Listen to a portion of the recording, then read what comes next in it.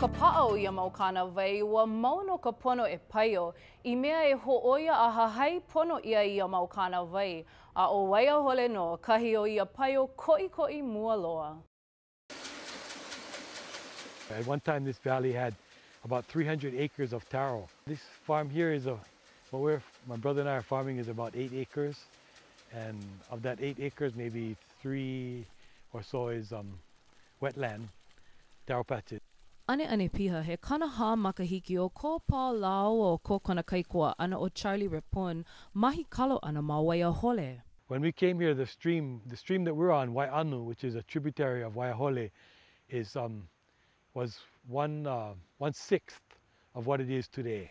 Mai ia wā, e lawe I ana ka wai o Waiahole ina aina malo'o he mahi ko o nā kona ma o ke ia onai hana auai a ana puka I kukulu ia e ko Ahu Sugar Company. Since the Waiahole ditch system was put into place in the early 1900s, all of the water from the streams and communities from Kahana all the way to Kahalu'u were diverted. Ua huki ia makahi o ke kana kolu miliona kalani vai I kela me ke ia la. Ka nui hoi e piha I he kanaha kumalima puna vai au. So we had chronic water shortage. We had to move our water around a lot, dry out patches, a lot more weed problem, a lot more problem with rots.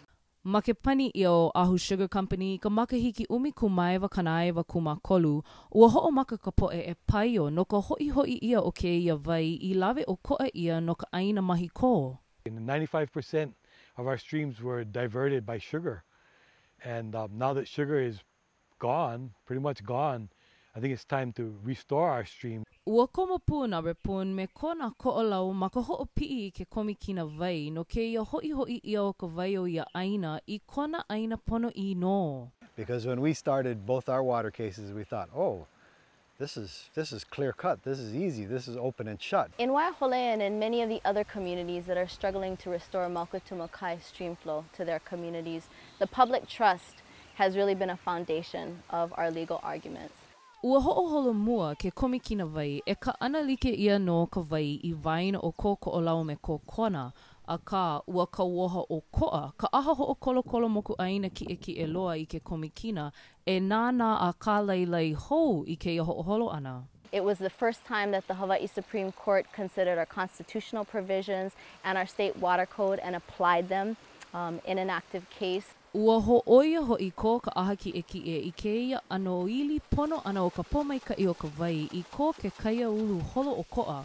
A ua ho'i ia no he 1.2 miliona kalani vai, he 1.8 ho'i puna vai au o ka la.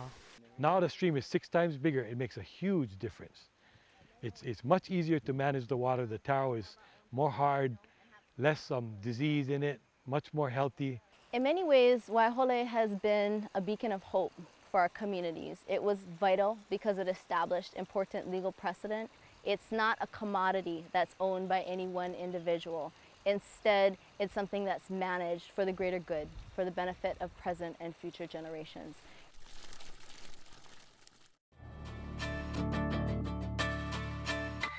Kaino ua pa'ahela ana ho'ohali ke maika I loa ma hope o Waiahole e ia na e mau no ka pono o ka paio. A o maui kahi o na paio nui e lua e holo nei ano, ke kahi ma maui hikina a ke kahi ma iao ma no. The value of vai is the most important thing of all what man need. Vai. In Hawaii, in indigenous people, vai is the virtue of life. I ka wā kahiko, ua lako pono no ka au hikina o Maui I ka vai e kahe ana mana kaha vai, a ka ua loli loa ke la I nā pāoi hana mahi ko, ma ko lako kukulu ana I ka onai hana au vai e lawe ia kue ka vai I kahi e. So the East Maui irrigation system was originally put into place to transport water from the windward side, the wetter side, to the drier Central Valley. On average, the entire ditch system from Makapipi all the way to Honopo Stream is about 160 million gallons a day. To put that in context, the entire domestic use of Oahu is about the same, about 160 million gallons a day. So that's how much is being taken out of East Maui streams. Kauka'i o Hawaiian Commercial and Sugar Company ka pā'ui hana mahi ko hope loa ma Hawaii ni, ma ka wai e hali ia ana ma keia o nei hana na ia mai. Upkeep and maintenance of the entire irrigation system, stretching from East Maui all the way to delivery of water, to the sugarcane plant, is about 25% of our operating budget. Kauka'i pū o HCNS ma ka wai e kahe ana ma ke kahi au o Maui ma ka o nei hana au wai kukulu ia e Wailuku Sugar. They're diverting all four of the streams, pretty much taking all of the water. That amounts to about 60 to 70 million gallons per day. Ua wala'au wau me ko ua hana I noho ai ma'anei mau makahiki aku nei. Wahi a lako ua ha'alele lako makahi o kana ono kuma lima makahiki aku nei ma muli o ka ole o ka wai. Aua mau aku no keia ano lawe I aku o ka wai no keia mau makahiki he lo ihi. Nae I loko o keia mau makahiki I hale iho nei, ua ho'o maka na kupa o ka aina e kūmai a paio no ka pono. The plantation had 130 years of privilege. It is our turn now. Loa'a e lua paio e holo nei ma Maui, ma vaina ka mua o na mahi kalo o ka au hikina o Maui me HCNS. A make na mahi kalo e hoi ia he ho'okahi haneli kanaono miliona kalani vai o ka lā I nā kaha vai o leila. A ka, I nā hoi ia ka vai I kaha vai, a ole hoi o HCNS vale no kai pilikia. If all of the water were to be lost, I mean, obviously the first thing would be the loss of 800 jobs, here in the Central Valley. It would mean, the hundreds of millions of dollars that HCNS puts into the local economy.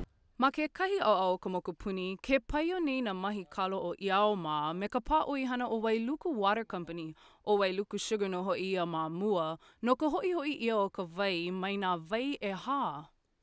Ina aohe vai ma ke kaha wai a ole hiki ke kanu I ke kalo, ina aole hiki ke kanu I ke kalo, a ale hiki ke hanai I ko ohana.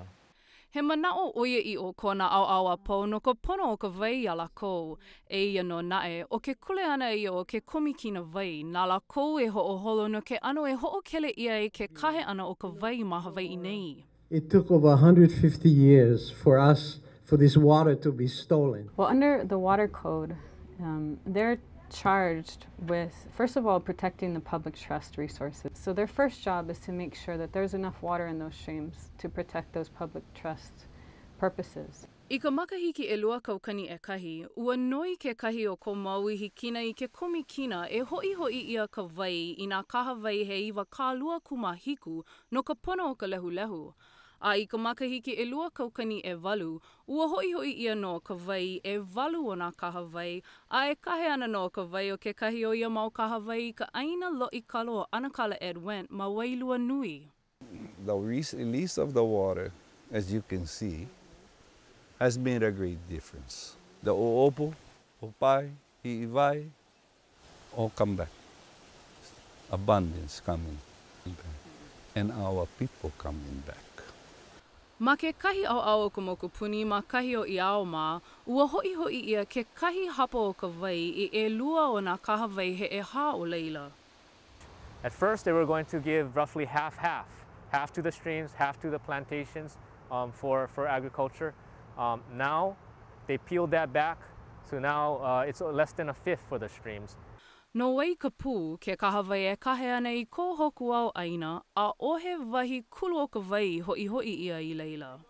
Ina mamake mako e ho'ala hou ina lo'i kalo holo o ko'a ma ko'o ili aina, mahea ka vai. We're appealing the Commission's decision. It should take a couple of years, but at least at this point we can point to the law that's already been established in the Waihole case, point to the principle that water is a public trust. Pehea la ka hopena o ke ia mau paio ana, he mau ki ina hana ko'i no ke ia. The impacts of this case are huge. First of all, if you look at this community, it's legendary in Hawaiian culture. It includes the two largest streams on Maui. It used to be the breadbasket of Maui, and trying to restore the environment, those streams, from Mauka to Makai, and also the Hawaiian culture that depends on it. He mea pono I mamake wau e ike I ka hoi Ke kahe hou I ka wai no ke kaiaulu, no ka lehu lehu, no ke ia mau mea me he leo ole. You know, for others who want to restore their water, who want to continue their traditions and restore their traditions, it will really set a precedent for them and let them know that, yes, this is what the law says and it will be followed. These groundworks are setting the stage for everywhere. Gonna make it easier for you to get back your vai.